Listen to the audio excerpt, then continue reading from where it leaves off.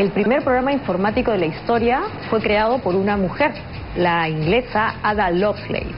Esta suerte de primeras instrucciones para programar una máquina analítica, una suerte de computador, son los precursores de los comandos que hoy nos permiten programar computadoras. Soy Maite Vizcarra y hoy en Umbrales veremos cómo se dan las relaciones entre las mujeres, las máquinas y las tecnologías de la información y comunicaciones.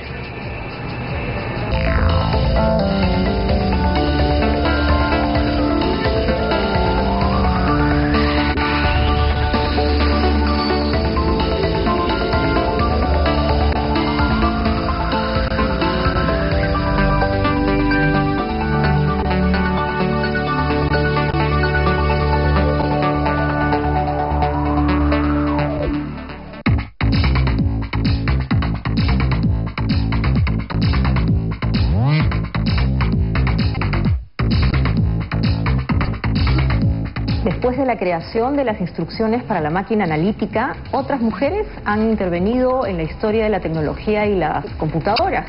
Por ejemplo, la estadounidense Grace Murray fue la primera mujer en programar un ordenador electromecánico, el Mark I, y además formó parte del equipo de programadores que desarrolló el lenguaje COBOL, muy famoso y popular en los años 80 y que hasta la fecha se utiliza para transacciones bancarias.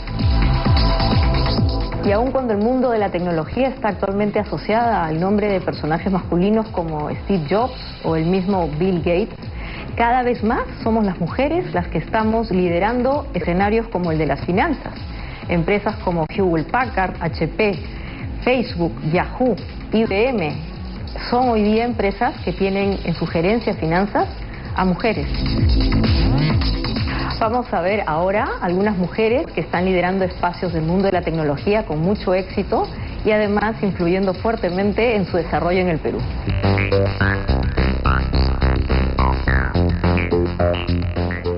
¿Cómo consumen tecnología las mujeres en el Perú? Nos vamos a preguntar esto ahora a alguien que trabaja con tecnología y que además desarrolla plataformas que eventualmente algunas mujeres consumen.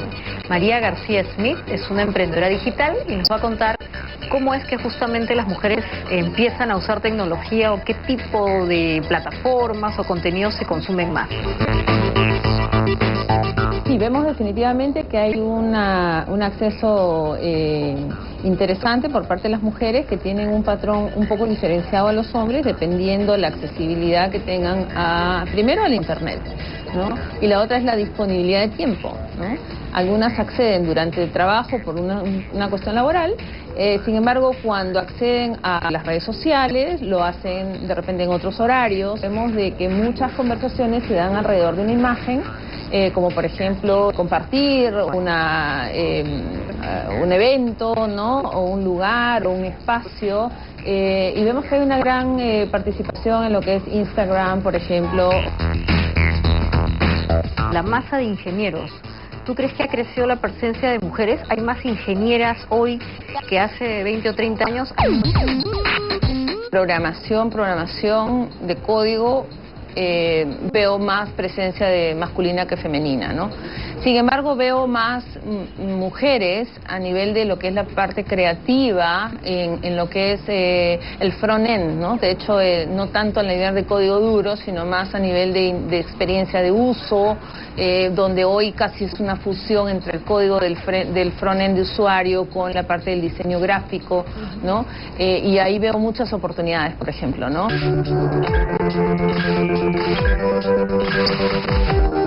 Yo estoy bastante metida en todo lo que es la tecnología de software libre, desde el 2006 aproximadamente.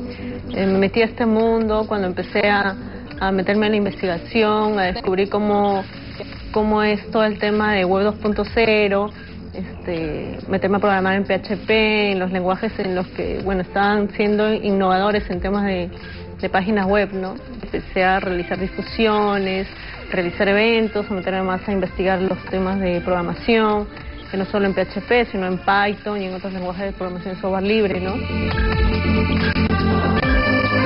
Pero muchas chicas no están interesadas en el lenguaje de programación Python, ¿no? Como que todavía tiene un poco de temor a entrar a tecnologías nuevas, pero no sucede lo mismo con Ruby, ¿no? Ruby también es una tecnología nueva, pero la mayoría de chicas son llamadas por aprender a programar Ruby. Yo creo que es cuestión de preferencia, pero poco a poco supongo que irán ingresando. Por lo general, es conocido que cuando tienes temas de desarrollo y programación en los ambientes tradicionales, los horarios son muy largos. Entonces tienes el tema del horario, las amanecidas, el pase a producción es de madrugada. Entonces tú tienes una familia, tienes un hijo, y a mí me ha pasado, ¿no? A mí me ha pasado que eran las 12 de la noche y mi esposo me llamaba y me decía: el bebé está con fiebre. Y yo estaba haciendo un pase a producción cuando trabajaba en una empresa de telecomunicaciones, ¿no? Estás liderando un proyecto que se va de amanecida en amanecida y tu hijo está, o tienes una familia, o tienes que llegar y ver, ¿no?, las tareas, ¿no? Entonces, la programación es demandante. La de programación, hay mucha investigación, ¿no? Yo dejé de programar porque la tecnología me ganó, y es un tema digamos, de investigación recurrente. Yo programo desde los principios de los años 80, y decía programar hasta con los codos, programar un COBOL, en RPG, en Assembler, en Basic, y llegué hasta el código visual, ¿no? Pero la gestión me ganó el día a día y el tener que seguir e investigar, pero me he puesto el objetivo de volver a programar en Ruby, que sé que el Ruby es como para el código para chicas, ¿no?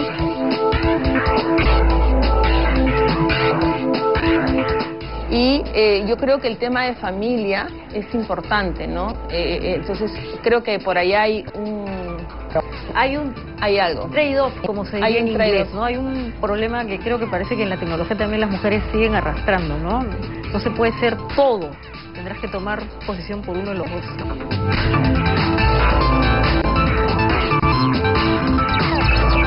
Ahora, también depende mucho del orden que tengas donde trabajas o la dinámica del mercado, del tipo de industria donde trabajes, ¿no?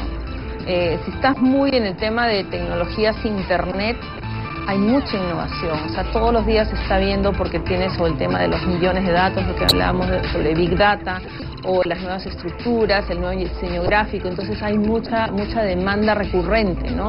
Hay empresas donde usan tecnología más tradicional, donde es un poco más reposado, donde tú puedes llevar la programación con cierto ritmo, sin esa demanda tan acelerada. Entonces, probablemente eso es lo que veamos, que algunas mujeres van más a la parte de administración, por ejemplo, de base de datos, ¿no? No por la comodidad, sino porque hay una coexistencia entre tu vida personal y tu vida profesional.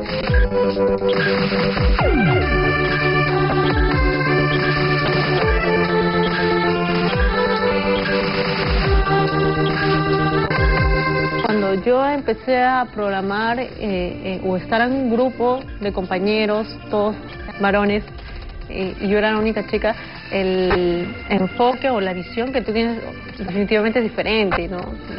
Somos diferentes personas, estamos de diferente forma. Entonces, cuando hicimos este evento del primer encuentro de tecnología, hablamos mucho de cómo llegar a las chicas para que empiecen a involucrarse en los lenguajes de programación. Uno de los errores, por ejemplo, que yo me recuerdo mucho de ese evento que cometí, es que yo empecé a hacer código en consola, un poco duro, el lenguaje de frente, ¿no? Mientras que las otras personas, las otras chicas en Ruby o en Java, tenían un IDE que le ponía pues las letritas de color rosa, azul, ¿no? Entonces, esas cosas, quieras o no, sí ayudan para que puedas tener más interés. No a todas, ¿no? Pero sí a alguien que está aprendiendo, de repente se le hace un poco más familiar o un poco más, le coge un poco más de gusto por aprender algo, ¿no?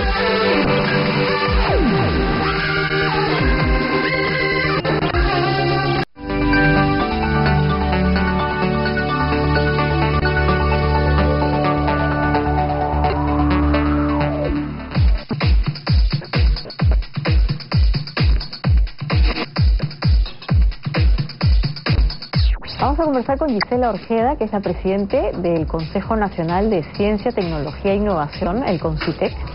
Es además una doctora, bióloga y además investigadora, para que nos cuente un poco si en verdad hay complicaciones para que una mujer se dedique a una labor que a veces es demandante y que eventualmente puede ser incomprendido por los roles tradicionales que se nos dan a las mujeres.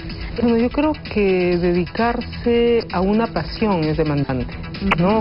Sea esta ciencias o sean artes o humanidades. Si hay algo que te apasiona, va a ocupar mayor parte de tu tiempo. Tú además has estudiado en Europa. ¿Y en Europa la situación es similar o allá es más hay más mujeres que se dedican a este tipo de profesión o es igual en todas partes? Mira, la primera vez que fui a Europa fui a Inglaterra y sinceramente allá me chocó. Me chocó porque yo esperaba que hubieran muchas más mujeres en el ámbito académico alto, ¿no? Pero a la hora que yo entré al school, o sea, estaban las fotos de todos los profesores y los cuadros con quienes eran profesores y eran todos hombres. No había creo una mujer y ella estaba entre los que eran no nombrados, sino que eran temporales. Entonces eso fue para mí chocante y comencé como una reflexión, comencé a mirar en todos los demás, en todas las demás facultades y era algo similar, ¿no? En realidad yo de pronto me di cuenta que la situación en el ámbito académico universitario en el Perú era más igualitaria respecto de hombres y mujeres que en Europa. La ciencia y la tecnología también se convierten en productos y servicios que se pueden transar en un mercado determinado. La forma en que esa ciencia y tecnología se convierte en producto y servicio es a través de un invento. Vamos a conversar con una inventora peruana que acaba de ganar un premio internacional y que además es una de las mujeres que está levantando una empresa muy sofisticada vinculada al tratamiento de residuos minerales. Ella se llama Silvana Flores y nos va a contar si ser mujer le ha definido algún tipo de limitación o ha favorecido desarrollarse profesionalmente. Y bueno, el hecho de ser mujer en nuestro país y aún más siendo científica es un poco difícil y complejo de explicarlo en ese momento, pero creo que a esta altura de mi vida, a mi edad, que he conseguido obtener el segundo puesto en el mencionado evento que se llama el 41 Salón Internacional de Inventos de Ginebra, ¿no? Y en el cual se me otorgó la medalla de plata por la clase A, donde se menciona lo que es motores, lo que es maquinarias, lo que es también a su vez procesos industriales y la metalurgia. Justamente el invento que yo propuse y representó a Perú, y no solamente a Perú sino también a Latinoamérica, se llama tratamiento integral de remediación de efluentes mineros metalúrgicos a través del proceso de obtención de la dolomita como agente remediante, el cual sintetiza dos patentes que están en solicitud en Indecopy. Silvana, ¿y cómo así te interesas por un tema tan sofisticado? Sí, justamente yo nací en Barranco y mis padres son de Huancavelica. Ellos siempre me hablaban de mineral de azode, que es el sulfuro de mercurio, y por ahí nace la inquietud de estudiar bastante los minerales, ¿no? Me incentivó bastante estudiar minerales metálicos, estudiar el entorno, la ecología y ver la contaminación que en esa época existía cuando era niña en Barranco. Era mínima comparada con la de ahora. Y vi que se podía estudiar las dos cosas, la metalurgia y el medio ambiente. Y justamente la especialidad es tratamiento de pasivos ambientales mineros, tratamientos relaves y efluentes, ¿no? Él justamente estudia la parte del residuo que sale de la minería, lo cual generalmente no se estudia mucho en nuestro país, no hay especialistas. Y bueno, justamente yo busqué dar un valor agregado al estudio de estos pasivos, puesto que relave generalmente se ve con algo abandonado que contamina cuencas de ríos. Sin embargo, con la tecnología que yo he desarrollado, que es estudiar la agregada construcción para fabricar ladrillos y baldosas, justamente quedas una cadena productiva que es la construcción civil. Justamente la construcción civil daría más empleo a personas que trabajan en la zona rural, por ejemplo, donde relaveras. Por citarle un caso en Ticapampa, la relavera de Ancash, la más grande de Perú, se puede decir, enorme en volúmenes. Hay un gran pasivo que no se hace nada, ¿no? ¿En tu promoción había muchas chicas? La proporción, te diría, es de 6 chicas, 30 varones. Era realmente una gran desproporción, una gran brecha, ¿no? Pero creo que lleva la motivación. Como dice, la calidad se define por lo poco. Y en ese caso las chicas quedamos todas también posicionadas en sentido de minería. Que has mencionado de profesor o en el ámbito científico hay como se trabaja mucho el tema de alguien que supervisa un proceso de investigación, ¿no? Tú has tenido, incluso has manejado proyectos importantes con números relevantes de investigadores. ¿Es igual? ¿Ahí mayoritariamente son varones los que tienen este tipo de rol o ya hay un poco más de... supervisores? Sí. sí. De proyectos de envergadura, ¿no? Hay bastantes hombres, sí, pero nunca me he dado cuenta, sinceramente, no es algo que yo haya, en lo que me haya fijado particularmente, ¿no? Para mí el género ha sido invisible, no es algo, tal vez, si quieres, las mujeres que se dedican más son aquellas para las cuales el género es invisible, ¿no? Y no se consideran ni hombres como mujeres, o sea, simplemente personas. Y ellas mismas no se ponen límites, porque probablemente también a veces las propias mujeres se ponen límites en su proceso de desarrollo profesional. No me atrevería a decir eso, yo creo que cada persona hace lo que quiere hacer, no sé. Me estás haciendo preguntas de psicología, ¿no? Tendríamos que analizar psicológicamente a las culturas también, ¿no? Porque eso está muy ligado a la cultura de la persona. Si una cultura te señala a ti, esta es la vía para que tú alcances la felicidad, porque ese es el fin último de las personas, culturalmente nos imponemos como zonas en las que no... La cultura en la que vivimos nos impone zonas de ceguera, ¿no? Que no nos permite ver otras posibilidades distintas, ¿no? Y en ese sentido, sí, nuestra cultura latinoamericana, en general todas las culturas, ¿no? Han impuesto un ámbito de ceguera, pero no diría yo solamente a las mujeres, sino sobre todo a los hombres. Así es, porque no les permiten, a los hombres no se les permite ser débiles, por ejemplo. A los hombres no se les permite no pensar en no ser el líder. A los hombres no se les permite pensar en no ser tribales. A los hombres no se les permite pensar que su mujer los puede mantener, ¿no? A los hombres no se les permite pensar que pueden llorar. Entonces ellos tienen que liberarse con mujeres que sean liberadas de sus roles también, ¿no? Entonces tenemos que llegar a otro tipo de sociedad en la que ambas partes estemos liberados de esos roles tradicionales que nos imponen una ceguera y que nos señalan solo unos caminos predeterminados.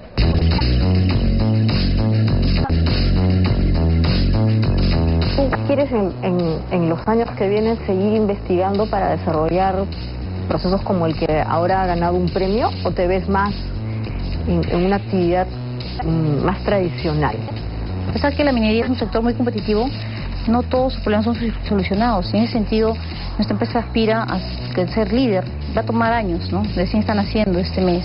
O sea, producto del premio, nos encontramos bien estimulados los inventores de ser una empresa ya. Porque el hecho de... En nuestro país quizás no se motiva mucho la transferencia tecnológica. Los inventores realmente que son socios a nivel técnico, ¿no? También tienen que ser socios comerciales. Hay que motivar ese tipo de asociatividad, ¿no? Y crear cadenas productivas nuevas.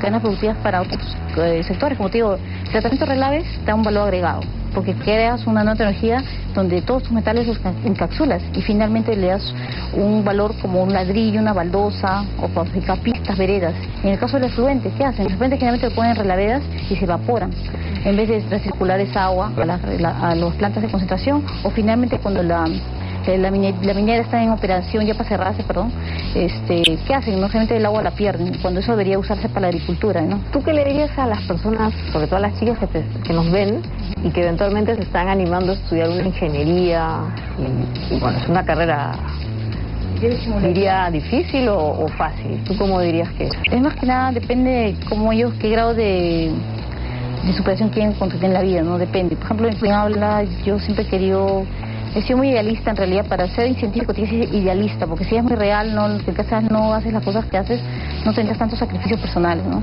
Y profesionales también.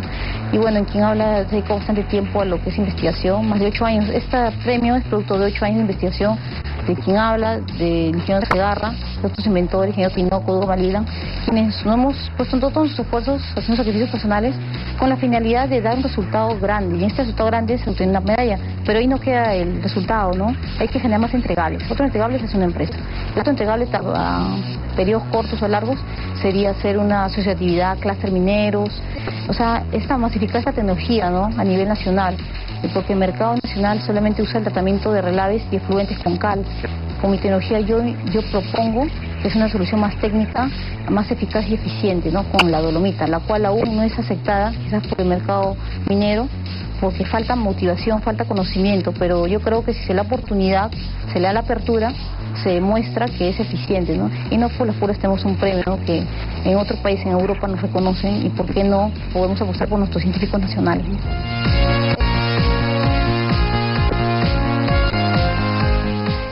Mirando en retrospectiva, ¿qué cosas hay que decirle a una persona que quiere ir por este rumbo de la ciencia? Bueno, yo le diría más o menos lo mismo que Rainer Maria Rilke a un poeta en Cartas a un joven poeta. No te dediques a eso. Y solamente si el chico quiere verdaderamente hacerlo, que lo haga. Porque ser científico no es simple. Es sacrificar un montón de cosas, ¿no? Es no ir a muchas fiestas cuando eres joven, ¿no? No salir muchas veces, quedarte en tu casa, amanecerte muchas noches, sacrificar muchísimas cosas.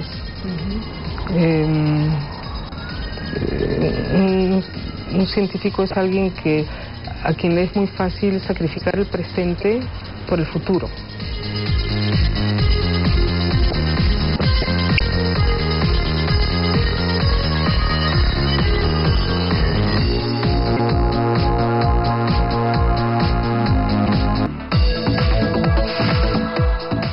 A tu experiencia, tú misma como emprendedora digital o como profesional, ¿cómo ves el hecho de la presencia de las mujeres en estos sectores, sea como usuarias o como, obviamente, incluso emprendedoras o creadores de contenidos? Yo lo que veo es que hay espacios para crecimiento, sobre todo donde no ha habido tanto acceso a tecnología o tantas facilidades, ¿no?, de nivel de conexión hogar. Y creo que ahí se va a dar un salto importante. Aquellos que tenemos más acceso, ya como que es parte de la dinámica. Sin embargo, hay un tema ahí de horarios y de usos, porque además somos multitareas, ¿no? Somos emprendedoras, somos madres, ¿no? Y además tenemos nuestros propios desarrollos y algunos somos esposas. Entonces, a veces esa multiplicidad de tareas nos inhibe no poder tener más acceso o de repente poder hacer más cosas. Pero sí se usa mucho la tecnología para ver bienestar, compartir y crecimiento. Yo veo mucho crecimiento profesional. Por ejemplo, estamos viendo que hay un nuevo grupo de jóvenes emprendedoras en tecnología que se está comenzando a organizar y me parece fabuloso, y es algo que estamos nosotros también tratando de apoyar, ¿no? Es cómo logramos que esto ya sea parte de una corriente y que exista una representatividad formal, ¿no?, que hasta hoy de repente no se ha dado de una manera estructurada, ¿no? Y así como has mencionado que el liderazgo es una condición que en verdad no tiene género, probablemente el contexto dispare o no a un líder, ¿en el caso del emprendimiento digital sucede igual o hay alguna aproximación particular que distinga a un emprendedor digital varón de una mujer? ¿Quién arriesga más? Yo te puedo hablar por mi propia experiencia.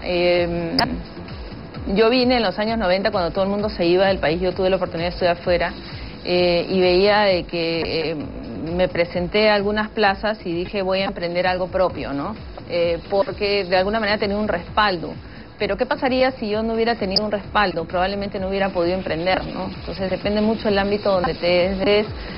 Yo creo que sí, como naturaleza del peruano, las mujeres también somos muy creativas y muy emprendedoras, pero depende cuál es el apoyo que tengas para hacerlo, ¿no? Y esto está dominado principalmente en el tema de tecnología por hombres, ¿no? Por lo menos de los años 80, de lo que yo te puedo hablar, ¿no? Y vemos que todavía hay mucho de ese legado, ¿no? Yo creo que en la medida de que comencemos a ver esas cabezas visibles en las diferentes organizaciones donde hayan mujeres, vemos organizaciones en tecnología donde no hay una sola mujer. Yo cuando voy digo, ¿dónde están las mujeres acá en las directivas, no?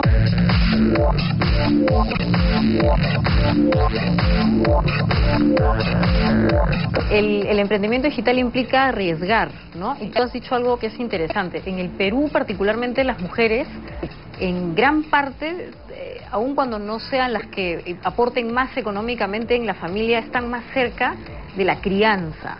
Y eso quita tiempo para emprender. Entonces, ¿tú crees que eso es un elemento que también inhibe el hecho de que hayan más emprendedoras digitales? Porque, bueno, hasta que me dedique a que el chip tal o cual produzca un efecto, que en realidad en tecnología pues no es que mañana vamos a tener un retorno, puede hacer que se inhiban.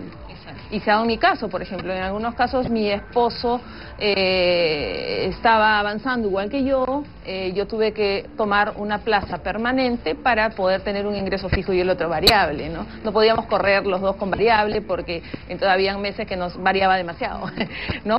O sea, en el caso de las mujeres, el arraigo familiar puede ser un inhibidor para poder lanzarse a algo que en verdad no se sabe en qué terminará, porque hay un riesgo en el emprendimiento. Depende en qué etapa de tu vida te encuentres, ¿no? Porque si estás en la etapa de educación o en la etapa que tu familia todavía vives en el entorno familiar, sí de repente puedes capitalizar un poquito. Ahora, si estás enfrentando tu familia sola, es todo un reto, ¿no? Porque ¿cuánto riesgo vas a hacer a poner a tus hijos, a tu familia, el no saber a tu emprendimiento digital? Y otra cosa es también que con los bancos te piden, por ejemplo, si tú quieres tener financiamiento, no tuviste la suerte de ganar un concurso, no tuviste la suerte de ganarte un premio y estás buscando financiamiento para este emprendimiento que quieres hacer, el banco te pide muchas cosas. Te dice, tu proyecto no tiene clientes, no, pues no tiene clientes porque es una idea, no, pero tu idea no vale nada porque no tienes clientes, entonces te encuentras en un círculo que no es un círculo virtuoso, ¿no? Gracias que hoy empezamos a ver, por ejemplo, que el gobierno tiene programas como el de FinCit, ¿no? Como este de Pipea, que tú puedes llevar un proyecto y te lo financian, y esos foros deben comenzar a multiplicarse en las diferentes partes del país, ¿no? En otros países nos llevan a la delantera, ¿no? Y ya que hablas de países a nivel internacional, ¿hay algunos en donde los fondos públicos para impulsar emprendimientos digitales discriminan positivamente a favor de las mujeres, ¿no? Entonces hay fondos públicos para emprendedoras mujeres digitales. ¿A ti te parece que eso tiene sentido o no? Totalmente. Sí, de hecho hay oportunidades así como minorías, ¿no? Todavía se considera que la inclusión digital en las mujeres tiene un desbalance y hace sentido que hayan favorecer para que poder nivelarlo, ¿no? En Estados Unidos, por ejemplo, hay fondos que son exclusivamente para mujeres y hay otros que son exclusivamente para mujeres latinas.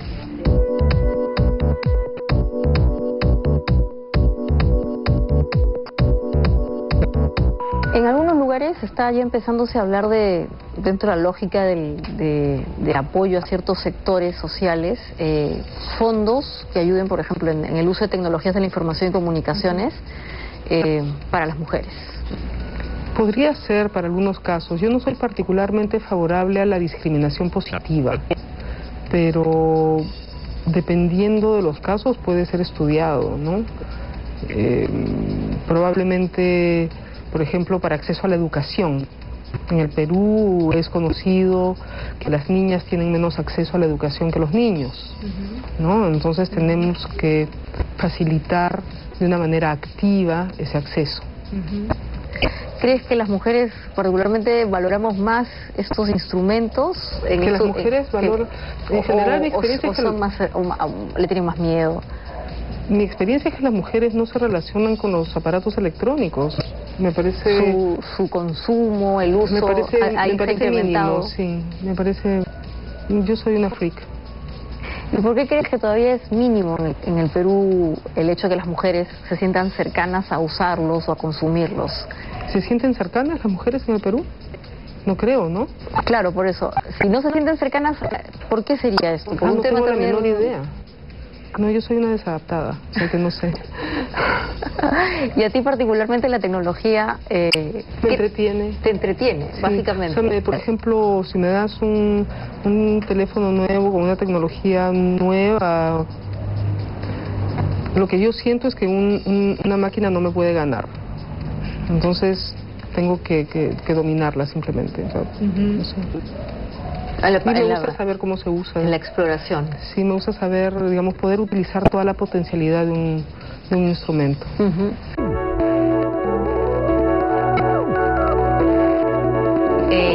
Efectivamente, cuando egresé pues la carrera de Ingeniería de Sistemas, éramos pocas las que estamos en esta carrera de las tecnologías, ¿no? Era un mercado todavía incipiente de mujeres.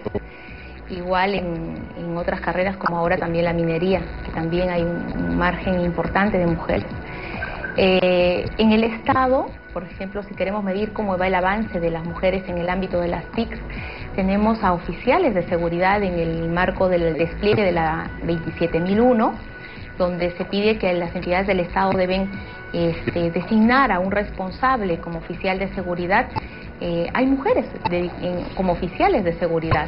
Y justamente en una última reunión, la importancia de la mujer, porque tenían si lo podemos decir, un olfato que despertaba mayores sentidos en cuanto al tema de indicadores o vulnerabilidades de inseguridad, de repente que por ahí no se había tocado por los varones, si podemos decirlo así, ¿no? Pero que en realidad yo creo que más es el tema de que la mujer es muy perseverante, está enfocada, de repente por ahí que lleva a cabo diversos tipos de capacitación y mecanismos que le ayudan a tener pues ese olfato que de repente por ahí lo articulan, que podría hacer la diferencia. Pero yo creo que en realidad estamos en un ambiente de igualdad de oportunidades para hombres y para mujeres, y donde la mujer tiene sí un rol protagónico en cuanto a tener el espacio o el mercado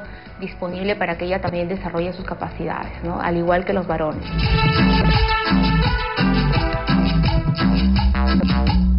Un hacker es una persona que tiene hartos conocimientos, pero para realizar una investigación, un bien, ¿no? una mejora a las cosas. Existen chicas que están muy metidas en el tema de tecnología, que realizan ese tipo de investigaciones, ¿no? En el Perú hay hackers mujeres. No creo considerarme una hacker, sí me meto mucho en temas de investigación, me gusta saber sobre los algoritmos, sobre tecnologías. Han habido amigas que sí me han estado pidiendo algunas cosas que no son, digamos, muy... cosas raras, ¿no? Que a veces te esperas que porque terminaron con el enamorado, querían que les... ¿cómo puedo entrar a su correo, no? ¿Cómo puedo ingresar o algunas aplicaciones, no? Lo que sí, por curiosidad, hice es... cuando ves un site muy vulnerable, te entra la curiosidad de que puedes hacer algunas especies que son conocidas, alguna especie de programación para ingresar a su base de datos o cuentas, por probar de que sí existe una vulnerabilidad, ¿no? Pero más allá de eso no, es por curiosidad, ¿no? Que sí, una vez llegué a ingresar a una clínica, recuerdo que tenía una página web hecha en .net y realicé algunas pruebas, algunos pasos que seguían para poder ingresar a la base de datos de todos los pacientes, ¿no? Y sí logré a ver toda la data de los pacientes, ¿no? Cuando lo hice, bueno, como que sentí un poco de pánico, dije, de repente el IP puede ser visto por dónde estás ingresando, pero nada más, ¿no?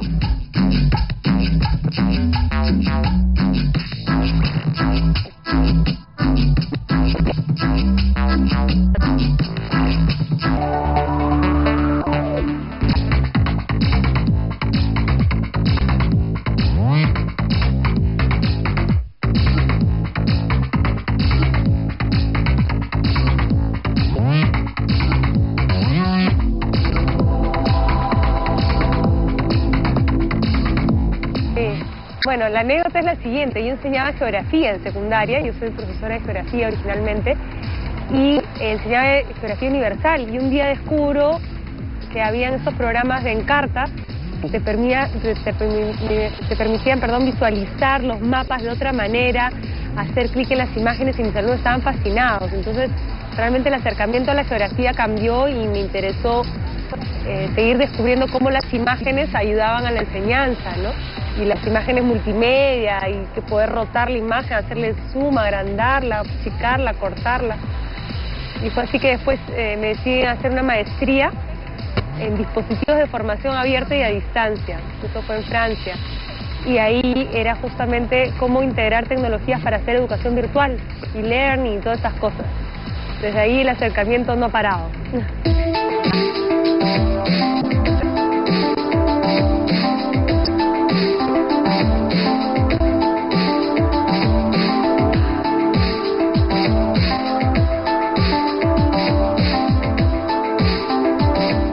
En realidad yo soy administradora de profesión. Hace unos años decidí estudiar lo que es una maestría en Administración de Tecnologías de Información. En ese momento era allá por el año 2000 más o menos. Se vislumbraba un gran avance, ¿no? Y entonces en ese momento también la universidad estuvo evaluando posibilidades de tener un mayor crecimiento en lo que es el desarrollo del e-learning y todo lo que implican, ¿no?, las estrategias para el aprendizaje utilizando el Internet, ¿no? Entonces ya tenemos unos 12 años trabajando en lo que es ahora la dirección. Empezamos como un proyecto, pero la verdad es que cada vez la tecnología está tan integrada a lo que es la educación, que lo que estamos haciendo es a veces ya está haciendo casi transparente el límite entre lo virtual y lo presencial. La tecnología da un buen soporte y apoyo, digamos, para la educación presencial incluso, ¿no? Tanto es así que como política dentro de la universidad todos los desarrollos tecnológicos están vinculados para ambas modalidades de aprendizaje. En el caso de las mujeres, digamos, usuarias de los cursos virtuales, han visto en esta alternativa de cursos como una posibilidad de seguir desarrollándose, ¿no? Muchas veces a las profesionales que son mamás tienen dificultades de poder asistir a unas clases y dejar de atender quizás a sus hijos, ¿no? Un porcentaje de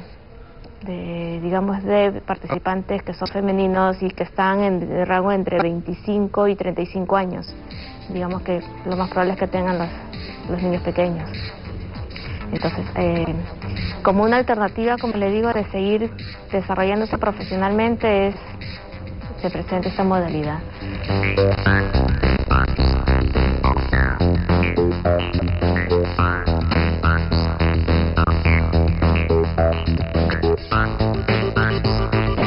Yo creo que es un proceso. Me ha tocado profesionalmente dirigir equipos en donde he sido básicamente la única mujer que, si bien yo no vengo del campo tecnológico, tenía que tomar decisiones tecnológicas o conocer de eso para ver cómo se podía integrar una tecnología o tal otra en un proceso educativo, ¿no? Y era complicado, ¿no?, coordinar con tantos ingenieros, que entender nuestros puntos de vista tecnológicos, educativos, pero finalmente es una experiencia muy linda. Y poco a poco en los años he ido observando que sí hay cada vez más mujeres que están teniendo estos perfiles combinados, ¿no? Pero definitivamente el hombre está, digamos, hay más hombres que manejan programación, que están más metidos en la parte de tecnología, y más bien las mujeres están entrando en la parte de utilización tecnológica en otras áreas.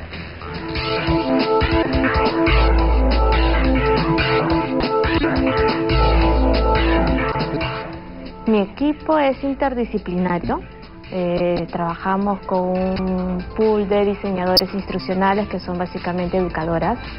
Trabajamos con diseñadores gráficos, comunicadores audiovisuales y un equipo de personal técnico, ingenieros, digamos que básicamente ellos están orientados a lo que es el soporte de la plataforma. Y en esta área, en efecto, predomina los varones, ¿no?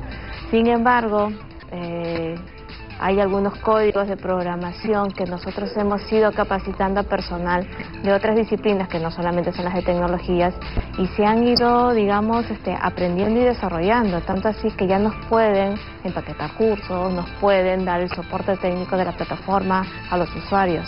Entonces es interesante cómo quizás esa capacidad de ver los detalles, de ser minuciosas, también permiten poder atender en este aspecto, digamos, a los usuarios, ¿no?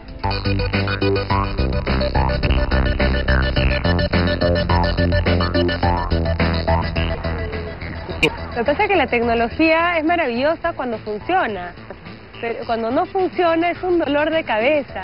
Entonces, por ejemplo, en la época que yo dirigía todos los proyectos de educación virtual, parte importante es asegurar un servicio para estos estudiantes que tú les das una oferta de educación que puede ser en cualquier momento, en cualquier lugar. Entonces, si tienen un problema tecnológico, si no pueden acceder a su lectura, a su videoconferencia, tienes que estar ahí pendiente que estas cosas se solucionen. Entonces es muy estresante y es un trabajo 7x7x24, ¿no? O sea, en ese sentido, sí necesitas a alguien que tenga disponibilidad para atender esos problemas a cualquier hora, ¿no? Creo que por ese lado es muy demandante. Si tú ofreces un producto que esté vinculado a la tecnología tiene que funcionar, si no, todo tu proyecto fracasa. Entonces, tanto por el lado de la programación, que es tedioso, pero como por el lado del servicio, es muy, muy demandante, ¿no? Si tú quieres dar un servicio de calidad, obviamente.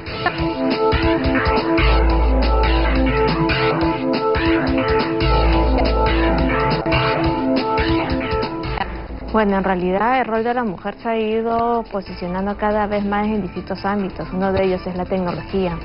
En el caso particular de mi área, por ejemplo, que es la educación virtual, nosotros podemos ver que el porcentaje de alumnos que estudian en la modalidad virtual es casi equitativa. Tenemos un casi 52% hombres, 48% mujeres. Sin embargo, hay programas en los cuales mayoritariamente son mujeres las que participan, ¿no? Y quizás es un poco porque la tecnología te permite ir abarcando, en todo caso estudiando, digamos, sin tener que descuidar tus otros quehaceres, ¿no? Ya sea laborales o personales, familiares.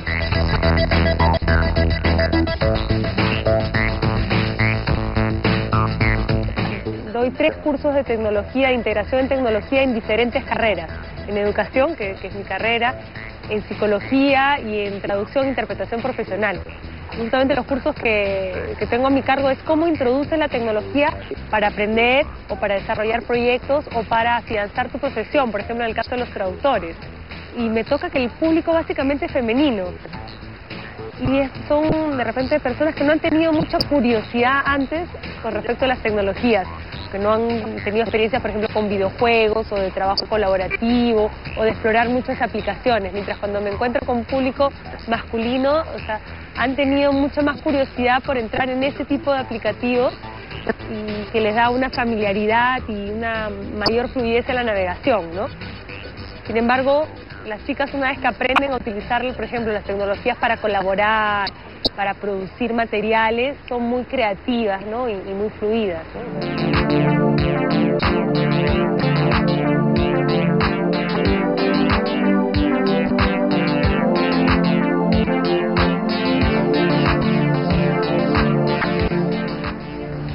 Digamos que los niños utilicen tempranamente la tecnología como un aliado de su aprendizaje es fundamental.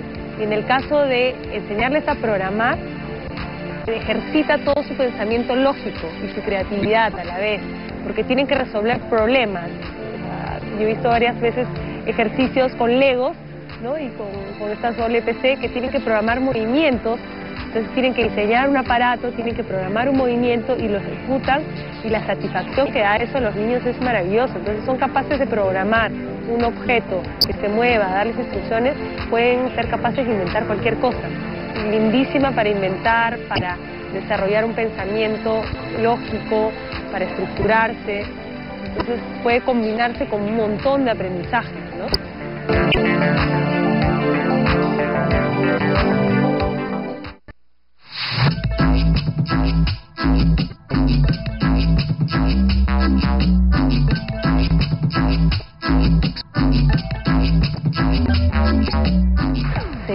informe Women in Technology de la empresa Women 2.0, las mujeres, cuando se dedican a gestionar empresas de tecnología, suelen tener retornos sobre la inversión de 35% superiores a los casos de los varones cuando hacen la misma actividad.